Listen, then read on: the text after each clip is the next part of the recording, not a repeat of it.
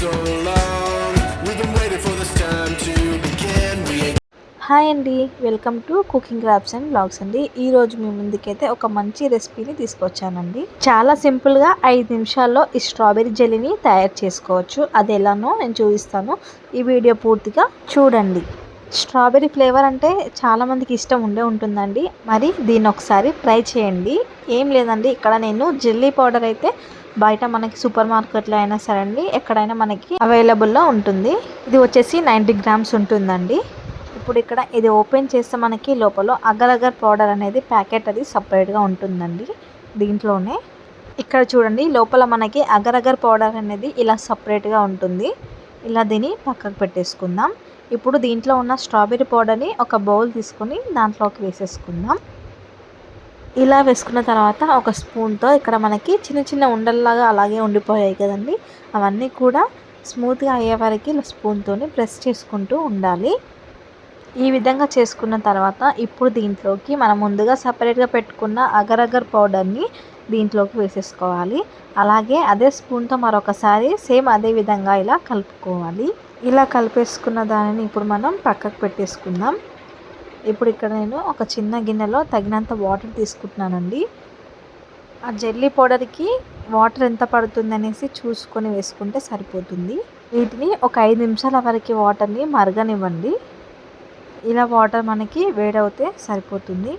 ఇప్పుడు మనం ముందుగా పక్కకు పెట్టుకున్న ఈ స్ట్రాబెరీ పౌడర్లోకి ఈ వేడివేడి వాటర్ని యాడ్ చేసుకుంటూ ఇలా కలుపుకోవాలి. అన్ని వాటర్ ఒకేసారి వేయకూడదండి, కొద్ది కొద్దిగా వాటర్ యాడ్ చేసుకుంటూ కలుపుకోవాలి. ఇప్పుడు దీనిని మరొక గిన్నెలోకి వేసేసుకొని స్టవ్ పైన సిమ్లో పెట్టి కొద్దిగా దీనిని చిక్కపడేంత వరకు ఇలా కలుపుకుంటూనే ఒక 5 నిమిషాల వరకు ఉంచుకోవాలి. చూడండి, ఇక్కడ మనకి జెల్లీ వాటర్ అయితే కొద్దిగా థిక్నెస్గా అయితే చేంజ్ అయ్యింది.